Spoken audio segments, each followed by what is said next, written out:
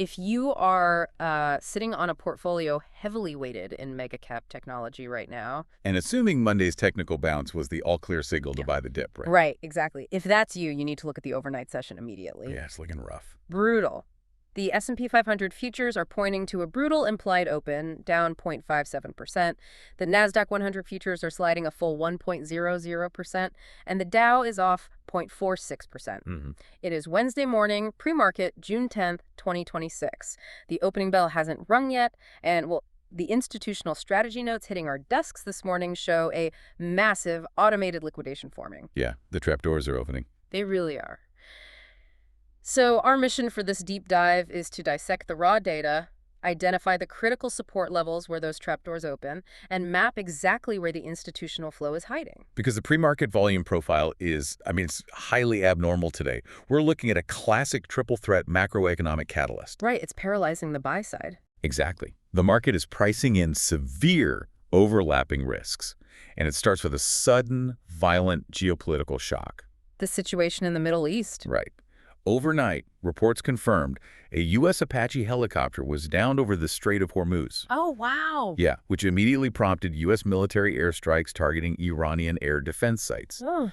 And looking strictly at the financial order flow, sidestepping the political implications, completely, institutional algorithms they are aggressively repricing global transit risk right now. Which translates directly into a massive spike in energy derivatives, right? I'm looking at Brent crude, and it has blasted back over $92 a barrel. Yep. And WTI crude is holding near $89. Capital is aggressively seeking a safety valve, and right now, that is the energy sector. It's the only place to hide. Seriously.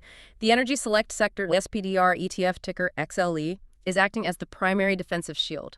You're seeing immediate rotation into commodity-backed cash flows to hedge against broader portfolio margin calls. But this energy shock isn't happening in a vacuum. No, it's colliding directly with threat number 2. Which is this widespread structural AI exhaustion. The darlings of the AI infrastructure build-out are taking heavy fire this morning. Like who, specifically? Well, NVIDIA, Apple, Micron, AMD, Broadcom, Marvell. They are all dropping between 2% and 3.6% in the pre-market. That's a significant haircut before the bell even rings. It is. For the last 24 months, the market has just rewarded capital expenditure blindly. Investors paid premium multiples for any company building AI data centers or, designing the silicon to run them. Right, but what we are seeing this morning is a regime shift, isn't it? From the hype phase to the actual valuation phase. Exactly. The buy side is suddenly interrogating the return on investment. The multi-billion-dollar infrastructure costs are front-loaded, but the projected enterprise software revenues... They're entirely deferred. Yeah. They're deferred. The math is finally catching up to the narrative. Okay, I want to stop you right there, because neither the geopolitical strike nor the sudden skepticism over AI capex really fully explains why the broader tape is completely frozen right now. No, you're right, they don't. The VIX is elevating, but the bids are entirely absent. And that brings us to threat number 3. The binary event. The binary event hanging over the entire trading session. We're essentially counting down to 8:30 a.m. Eastern Time for the May CPI inflation report. And the median street projections are a total disaster for the bullish thesis. They are. Headline inflation is projected to climb to 4.3% year over year, but the truly toxic metric. The core inflation. Exactly. Core inflation is expected to print at 4.2%. Which...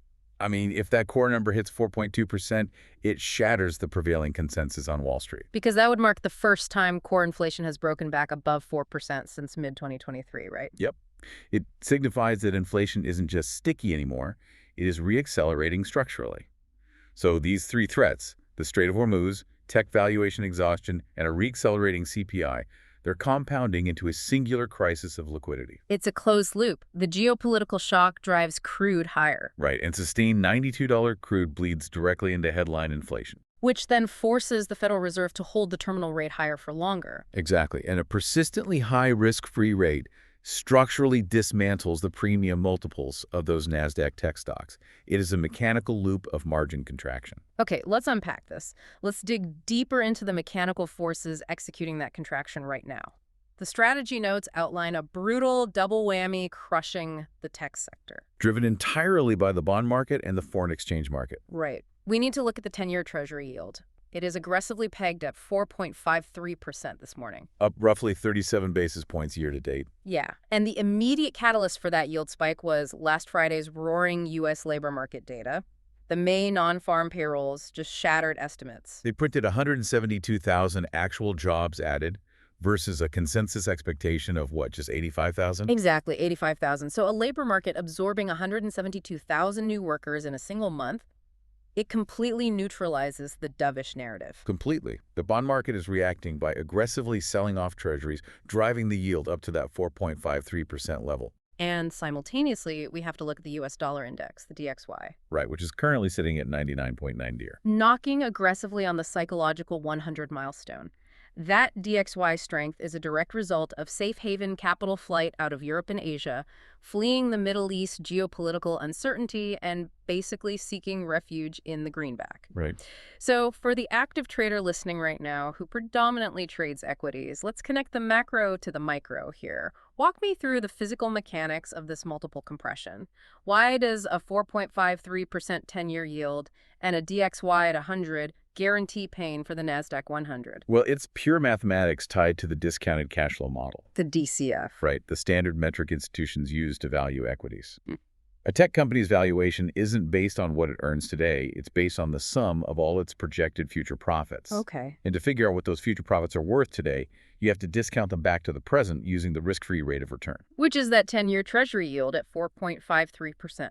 Exactly. When you buy a high-flying AI stock at a 40 times forward earnings multiple, you are heavily reliant on cash flows that are 5 or 10 years away. Right, way out in the future. So if the risk-free rate jumps to 4.53%, the denominator in your valuation formula increases significantly. So the present value of those risky, distant AI profits just plummets. Institutions rerun their models, they see the lower present value, and they mechanically sell the stock. That is multiple compression in a nutshell. Wow. And the DXY strength compounding this. I want to break down the foreign exchange translation pain. Because if you hold multinational mega cap tech, your revenue is generated globally but reported in U.S. dollars. Precisely. Let's use Apple as the baseline proxy here. Apple sells millions of iPhones in Europe, priced in euros. Right. If the DXY is ripping toward 100 because the dollar is strengthening against the euro, Apple's fundamental business hasn't changed. They're still selling phones. But when they bring that cash home... Exactly. When Apple repatriates those euros back to Cupertino for the quarterly earnings report, those euros buy fewer U.S. dollars. So their top-line revenue shrinks strictly due to currency depreciation. Yep. So these tech giants are getting hit on both sides of the ledger. Their future cash flows are being aggressively discounted by the bond market, and their current global revenues are being eroded by the dollar. But hold on, if we analyze the retail positioning data over the last 90 days, this setup is completely antithetical to the consensus. What completely? I mean, the retail trading forums have been uniformly positioned for the exact opposite scenario. They are crowded into long-duration bonds, expecting yields to drop. They are heavily short the U.S. dollar, and they're buying every single micro dip in the semiconductor space on the absolute certainty that the Fed was preparing to cut rates. Which is why the institutional notes we were reviewing define today's tape as the ultimate pain trade of 2026. The pain trade. The retail sector is severely offside right now. They're using heavy portfolio leverage to hold premium tech options and long-duration treasury ETFs. That's a toxic combination today. It is. Here is the cascading systemic risk for the opening bell. If that 8.30 a.m. CPI report prints hot at 4.2% core, the 10-year yield will instantly spike closer to 4.6%.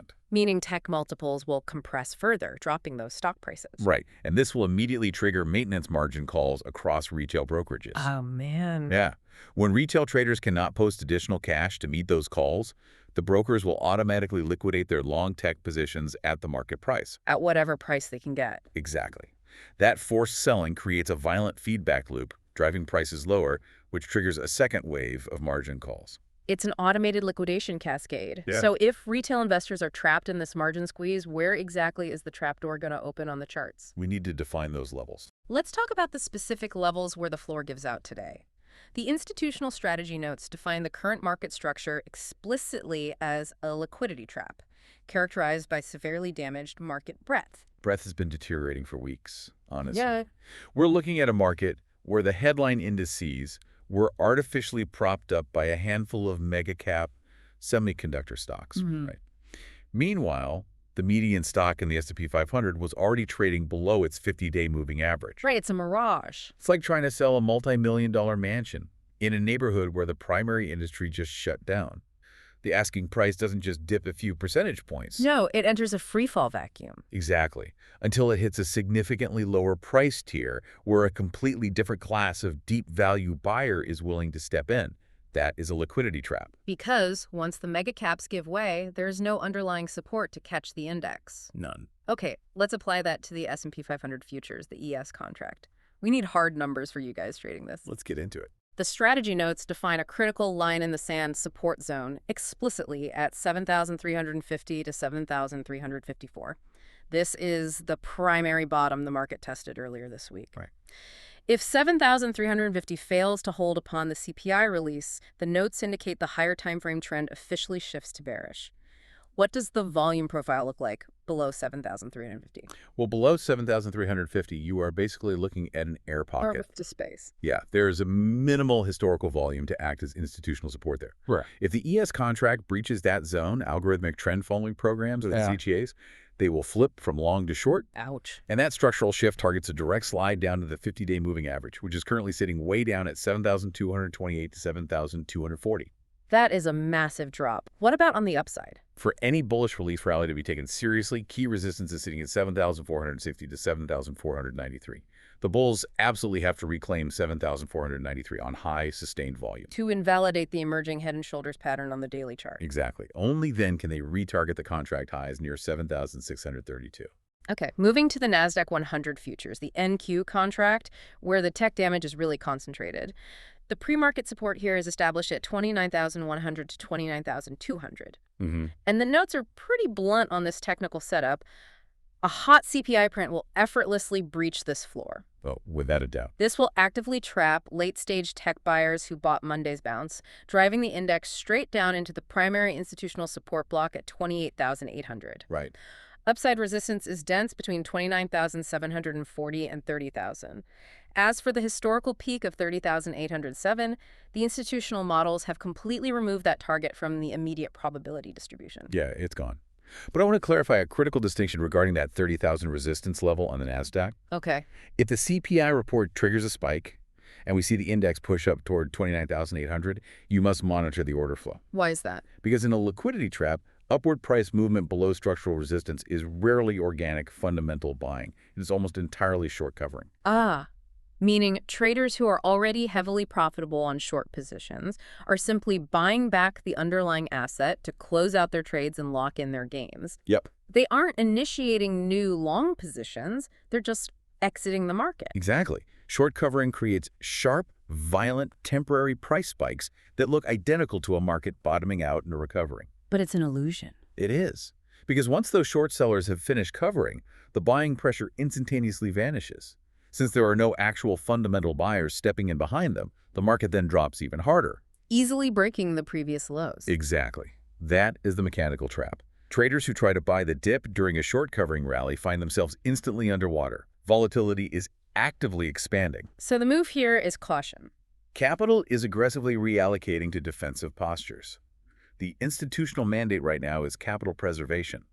Stay highly liquid and do not attempt to catch the falling knife before the underlying indices establish a confirmed multi-day floor above those key support levels. Okay, so even with the broader indices facing a systemic margin squeeze, institutional capital doesn't just evaporate, right? It rotates. Right, money has to go somewhere. Exactly. So we need to pivot from the macro index levels and analyze the specific pre-market micro gappers that are actively absorbing the capital fleeing the technology sector.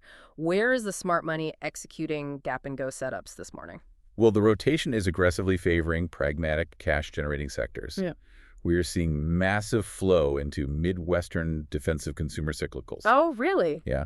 Look at the pre-market action on CASY's General Stores, ticker CHWY. Okay, I'm looking at the book now. CSY is up 2.87% pre-market, trading at $783. It's moving. The earnings report was an absolute blowout. Diluted Q4 EPS came in at $4.37 versus a consensus street estimate of $3.31, a beat of over $1 per share. Huge beat. They also hiked their quarterly dividend by 14% to 65 cents a share and authorized a massive $1 billion share buyback program.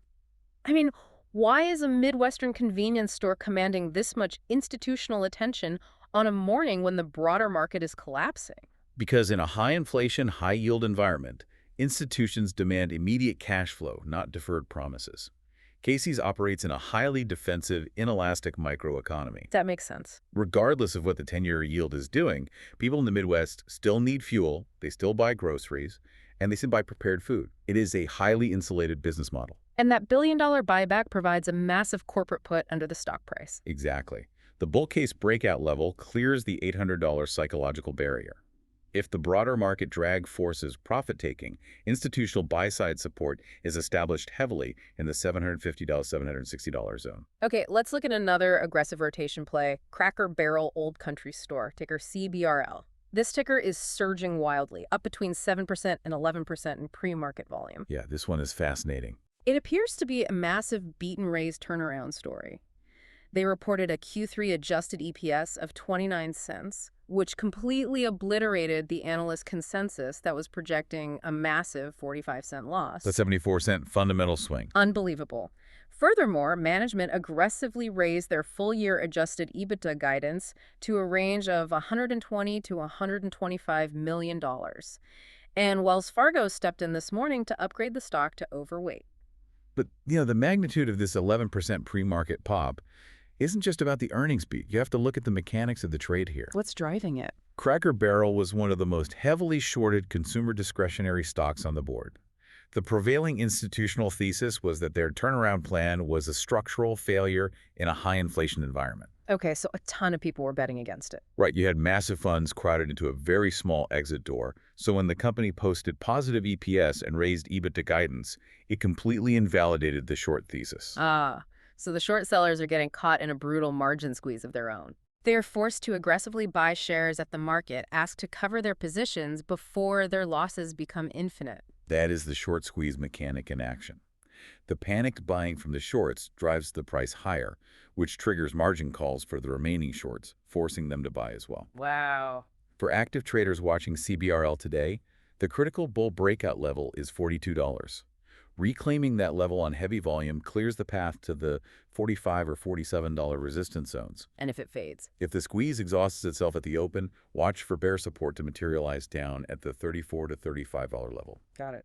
The third ticker dominating the institutional notes is a massive new issue. EROC, Inc., ticker EROC. They are executing a major NYSE IPO debut today. Yeah, this is a big one.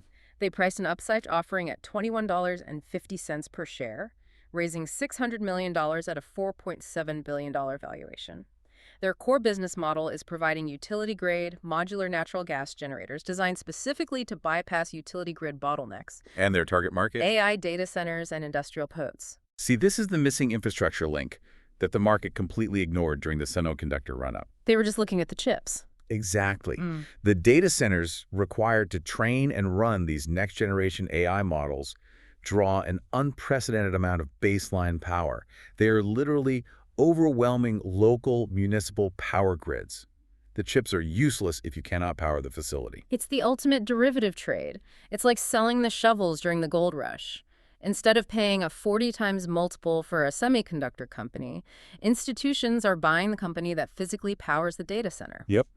EROC allows these facilities to generate localized off-grid power, completely bypassing the utility bottlenecks.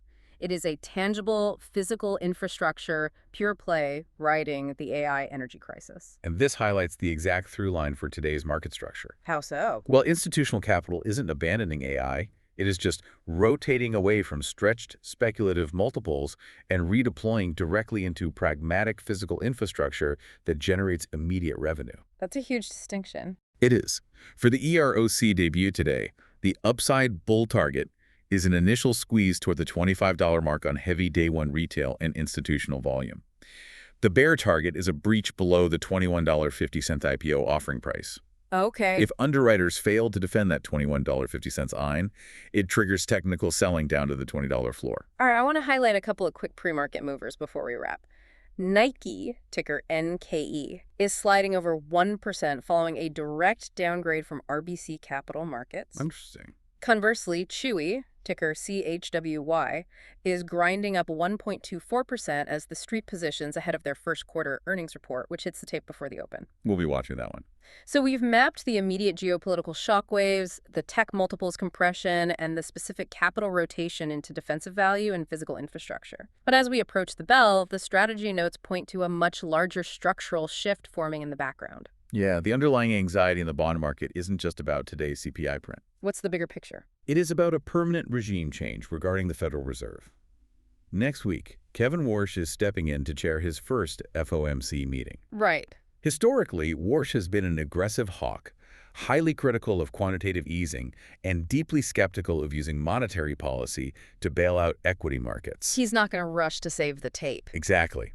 The institutional positioning data we are reviewing suggests a seismic shift. The smartest money in the room is no longer just pricing out the expectation of rate cuts. What are they doing? They are actively utilizing the derivatives market to hedge for a potential rate hike by year-end. A rate hike by year-end completely dismantles the underlying psychological framework of the current market. Completely. And that leaves us with a critical question to consider as you prepare for the open. For over a decade, retail and institutional trading alike has been defined by the Fed put. The safety net. Right, the absolute certainty that any macroeconomic crisis would be met with aggressive dollar debasement, zero interest rate policy, and quantitative easing.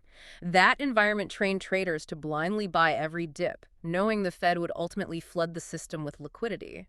But if that era is over? If that era of free capital is definitively over, driven by a hawkish FOMC and sticky 4.2% core inflation, how violently will this market have to correct before an entire generation of traders relearns how to calculate actual intrinsic value? A regime change from a liquidity-driven market to a fundamental-driven market is historically a very painful, protracted process. Yeah. Days like today, where correlation goes to 1 and breadth collapses, are the exact mechanism of that transition. The pre-market clock is winding down. Keep your screens locked on the DXY at the 100 milestone and watch the 10-year Treasury yield. If it breaks above 4.53% following the 8:30 a.m. CPI release, expect the Nasdaq to test that 29,100 support violently. Manage your risk out there. Respect the algorithmic flow, and let the market prove its levels before committing capital. Thanks for joining us for this deep dive. We'll see you at the closing bell.